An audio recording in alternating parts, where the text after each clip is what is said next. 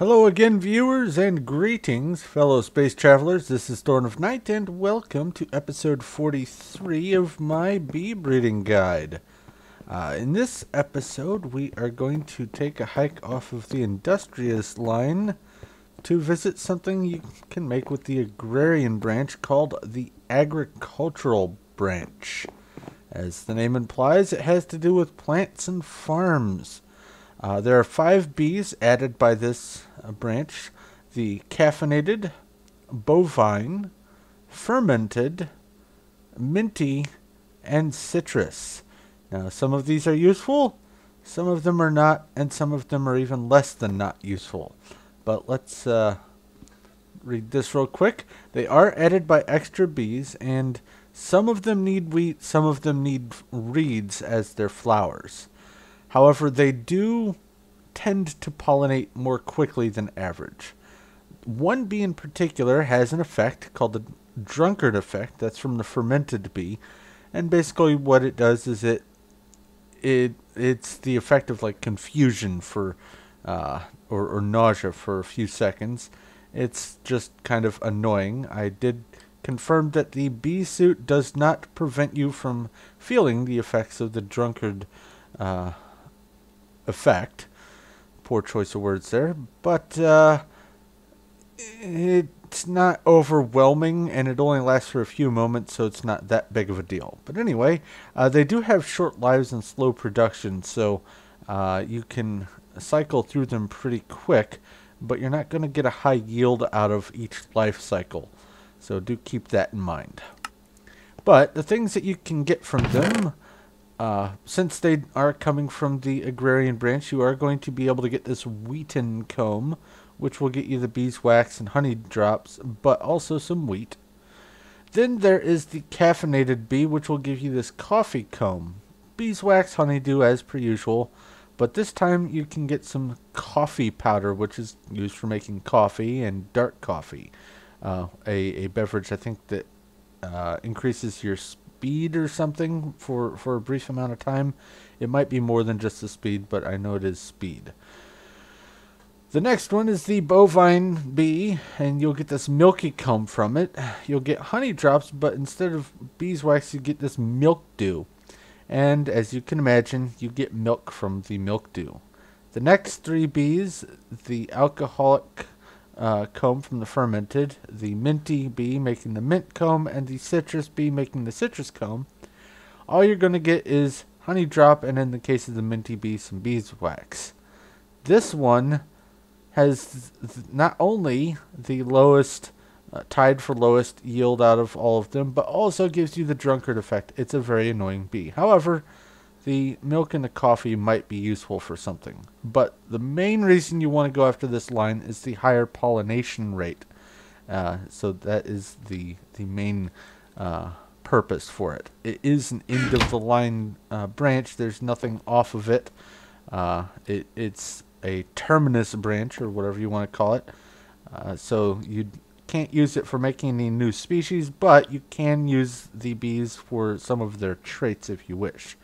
But let's go take a look at the actual bees themselves. And I should also note that this map is available for download. You can find the link to that in the description below. That way you can do some hands-on experiments and tinker with the bees and do some attempted cross breeding without having to waste your own stock. That way you can get a feel for how annoying it is sometimes. But let's go ahead. Oh, I should also mention that I am using the Unleashed mod pack as part of Feed the Beast, so you will also need Feed the Beast in order to use this map. But moving on, first off is the caffeinated bee. It will require some tropical bees from those hives you find in jungles typically, as well as a rural bee, which is from the Agrarian branch. If you don't know how to make the Agrarian bee, or the Agrarian branch, and you don't have this map, you can go watch my Agrarian video. If you do have this map, however, you can just hop in here and access the branch through the book. But let's take a look at the caffeinated bee just to get an idea of what you're going to possibly expect. This isn't necessarily going to be exactly your same output, but what you can possibly expect from working with this branch. I'll grab the princess so I know how long it took me to get this bee. And it just took 1 generation, not too bad. But let's see here. Notably different, so at least in this instance I'm going to would have to do some additional crossbreeding to get the line stable. But let's take a look at what you can expect to get out of the pressure plate. What you can get out of the purebred caffeinated bees.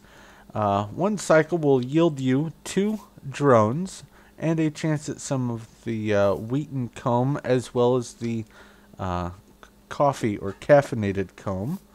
And that caffeinated comb will get you about a stack of beeswax, about 3/4 of a stack each of the honey drop and the coffee powder. Also, the wheaten comb is primarily used for getting wheat. You can get some honey drops and beeswax, but it's mostly for the wheat. Alright, moving on to the next one, the bovine bee. This time you'll need one of those rural bees and a water bee, which I have some supply for you to tinker with in here as well as in that chest. But the bovine bee, no, that's a water bee, but I will need that one also. Let's see here. It took me 2 generations to get this guy. So let's see how far off from a purebred it is. That's actually not too bad. That wouldn't take too long to stabilize. Alright, well I will leave these in here for you to take a look at if you so desire. But let's next take a look at the output from the purebreds. Once again, you're going to be expecting 2 drones and some of that milky comb as a possible output. Pretty standard there. This one, you got 2 wheaten comb, or 2 different comb from it, so I guess possibly you could expect 2 product for the life cycle of the bee. And a stack of that milky comb will get you a stack of the milk dew, as well as about 3/4 of a stack of the honey drops there. Next up is the fermented bee, which requires the rural bee, once again, as well as the fruity bee from the saccharine branch. Once again, if you don't know how to make the fruity bee, you can either watch my saccharine video or you can just hop through here if you have the map. But let's see here. I will need the princess for the age, as well as the fruity bee. Wait, no, not the fruity. The fermented bee. And that fruity comb came from the fruity bee, by the way. You're not going to necessarily get that. But let's look at the age on this. 17 generations. Ay, ay, ay. So it was not a quick study. And it also is not a purebred. Well, it's only some differences there, so that wouldn't take too long to stabilize, but it's definitely a tedious bee. I do remember having to hop in here several times to rebreed it over and over again. Uh-oh, I froze.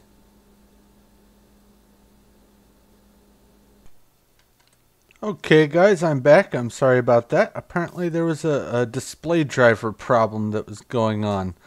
While I was trying to get everything started back up, I did decide to go ahead and rebreed one of these apiaries just so you could see that drunkard effect coming from these fermented bees. It's just a few moments of those little purple swirls and a little wavy screen. Doesn't last long. But as you can see, I am wearing the full apiarist suit, so it has no effect on the drunkard, the confusion, or whatever it is. No, I think it's nausea. Let's see here. Nausea. There we go. Alright, anyway, moving on to the output of these fermented bees. First off, you're going to expect to get a couple of drones. I took them out for the breeding in this. And also you will find wheaten comb as a possibility. 2 more drones there. And there is a chance of getting that alcoholic comb. Or alcohol comb. Now, that comb doesn't even yield a full stack after putting in a stack of the comb to the centrifuge. So it's basically just the honey drops. It's somewhat useful, I suppose, but it's the least useful of all the bees in this branch, in my opinion. Moving on to the minty bee. It will require another one of those tropical bees, like in the hive here. And I put some vines in the area so that it would have the flower for the tropical in case I needed it. But also you are going to require a farmed bee, once again from the agrarian branch, which is through that book there. And I have some stock for you to mess with. But let's see here. It's the minty bee. That's a farmed minty. All right. So let's take a look at how long it took me to get this. Just the one generation. Not bad. And just a quick comparison, just for curiosity's sake. Not too far off from a purebred, but it will need to be stabilized. But I will leave these here for you to poke around with and take a few tries at if you wish. But let's look at the output from these minty bees. You're going to get 2 drones as per usual. Some of that mint comb is an option, as well as that wheaten comb. And pretty typical there. A stack of the wheaten comb will get you 3/4 of a stack each, thereabouts, of the honey drop and the beeswax. And then finally, the citrus bee, which requires a modest bee, which you can get from those desert hives, as well as another one of the farmed bees like that one. And I have some stock here for you as well. And let's see here, it's that one, but I will need the queen to check the age. So let's see here, just the one generation, that's what I suspected. And it has a little bit to go before it stabilizes. But as you can see, and you hopefully did see in all of them, they have the faster pollination there. So that's a nice advantage. But I will leave these in here for you. And let's look at the output for the citrus bees. Once again, 2 drones and possible wheaten comb from that. And it looks like I didn't have any leftover citrus comb, but a stack of that citrus comb will get you 3/4 to a full stack of the honey drops there. The bees, like I said, in this branch do not go on to produce any new species, but you can breed some of their traits into other bees. So there is a minor advantage there, but nothing too terribly huge.